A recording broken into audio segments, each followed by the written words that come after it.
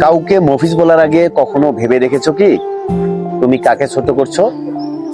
মফিজ মানে কি গ্রামের মানুষ, সহজ সরল মানুষ, বোকাশোকা মানুষ, অর্ধশিক্ষিত মানুষ, নাকি সেই মানুষটা যে এখনো ভদ্রতা ও মানবিকতা আঁকড়ে ধরে আছে?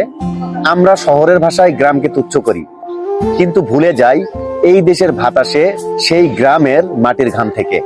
যাকে তুমি মফিজ বলো সে হয়তো একজন কৃষক, হয়তো একজন সে মুক্তিযোদ্ধার সন্তান, হয়তোবা সে এমন একজন মানুষ যার সততা তোমার আধুনিকতার চেয়েও অনেক বিশাল। একটা নামকে অপমানের প্রতীকী বানিয়ে আমরা আসলে আমাদের মনকে ছোট করি।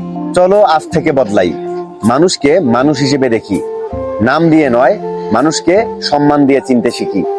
মনে রেখো, সরল হওয়া লজ্জার নয়, অহংকারী হওয়াটাই লজ্জার। আমি গর্বিত আমি একজন মফিজ, কারণ মফিজ শব্দটি আরবি শব্দ মুফিজ থেকে এসেছে, যার অর্থ উপকারী বা সহায়ক। সো শহরের ভদ্র সমাজের মানুষজন, আমি চাই আপনারা আমাদেরকে আজীবন মফিজ বলুন, কারণ আমরা মফিজ নামেই গর্বিত।